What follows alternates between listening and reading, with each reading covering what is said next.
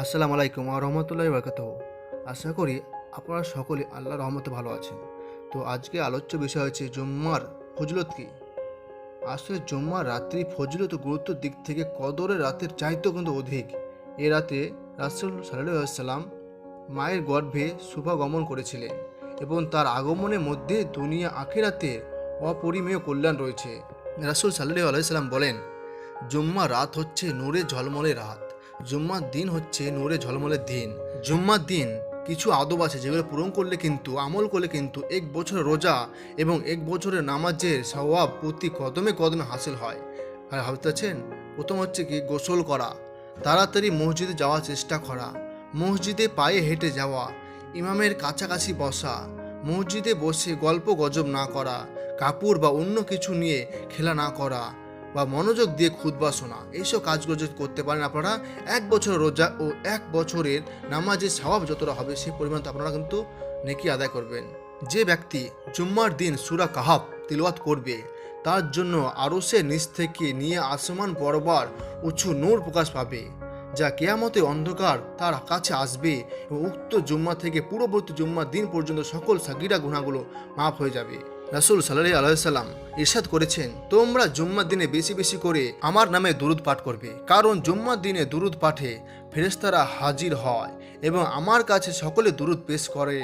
হযরত আবু হুরায়রা রাদিয়াল্লাহু তাআলা একটি হাদিসে বর্ণিত আছে, যে ব্যক্তি জুম্মার দিন আসরের নামাজের পর নিজের স্থান থেকে উঠার পূর্বে নিম্নোক্ত দুরূদটি ৮০ বার পড়বে, আল্লাহ পাক তার ৮০ বৎসরের গুনাহ ক্ষমা করবেন এবং ৮০ বৎসরের ইবাদতের সওয়াব তার জন্য লিখে দিবেন। সুবহানাল্লাহ। সে দুরূদটি হচ্ছে আল্লাহুম্মা সাল্লি আলা মুহাম্মাদিন নিন্নাবিল উম্মি আলা আলিহি ওয়া সাল্লিম তাসলিমা, অর্থাৎ হে আল্লাহ, আপনি উম্মি নবী মুহাম্মদ সাল্লাল্লাহু আলাইহি সাল্লাম এবং তার পরিবার বর্গের ওপর রহমত ও সালাম প্রেরণ করুন। জুম্মা রাত্রে আল্লাহর নামের কিছু আমল। যে ব্যক্তি জুম্মা রাতে মাগরিব নামাজের পর ৪০ বার ইয়া মুইজ্জু অর্থাৎ হে সম্মান দানকারী পড়বে, আল্লাহ পাক মানুষের অন্তরে তার প্রতি শ্রদ্ধাবোধ বৃদ্ধি করে দেবেন। যে ব্যক্তি জুম্মা রাতে ১০০ বার ইয়া দাররু পাঠ করবে, ইনশাল্লাহ সে সব ধরনের ক্ষতি থেকে বেঁচে যাবে। যে ব্যক্তি অধিক পরিমাণে ইয়া আলিউ পাঠ করবে সে আল্লাহ পাকের প্রিয় পাত্র হবে।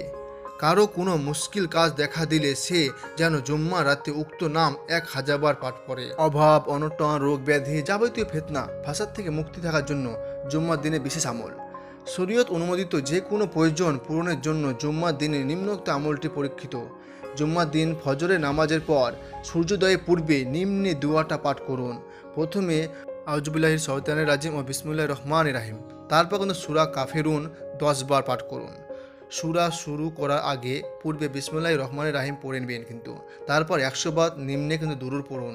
আল্লাহুম্মা সাল্লি আল্লা নাবিয়ুল উম্মি মুহাম্মাদিন সাল্লাল্লাহু আলাইহি সাল্লাম। যে ব্যক্তি জুম্মার দিন পাক পবিত্র হয়ে ২০০ বার ইয়া আল্লাহ পাঠ করবে, ইনশাল্লাহ এতে যত মুশকিল কাজই হোক না কেন আল্লাহর ফজলে তা সহজ হয়ে যাবে।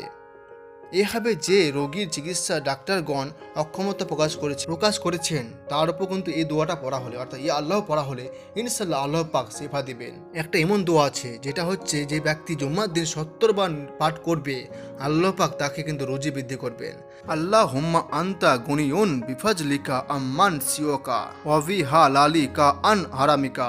এর অর্থ হচ্ছে, হে আল্লাহ, আপনি আমাকে আপনার ফজল ও মেহেরবানিতে আপনি ব্যতীত সকল কিছু থেকে মুখাপেক্ষী করে দিন এবং হারামের পরিবর্তে হালাল রুজি দ্বারা সন্তুষ্ট করে দিন। যেমন যে ব্যক্তি জুম্মার দিন সূরা কাহাফ পাঠ করবেন ইনশাল্লাহ সে দাজ্জালের ফিতনা থেকে বেঁচে থাকবে। শুধু তাই না, এর পিছনে বর্তমান যুগে বিভিন্ন ধরনের ফিতনা ফাসাদ থেকেও আল্লাহ তাকে নিরাপদে রাখবেন।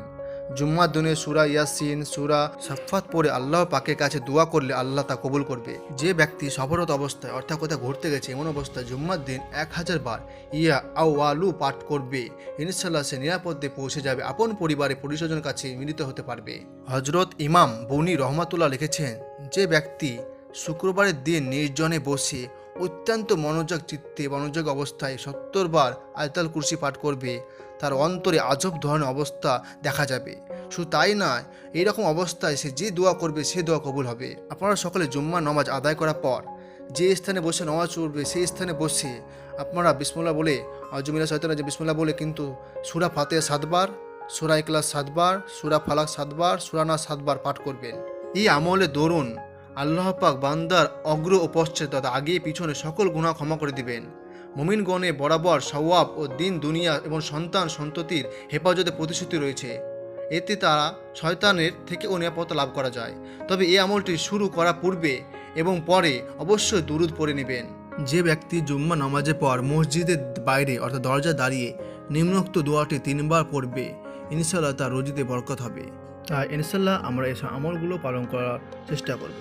আল্লাহ পাক আমাদের বেশি বেশি করে শোনার থেকে আমল করা তৌফিক দান করুক। আল্লাহুম্মা আমিন। আপনারা সকলে ভালো থাকুন, সুস্থ থাকুন। খোদা হাফেজ।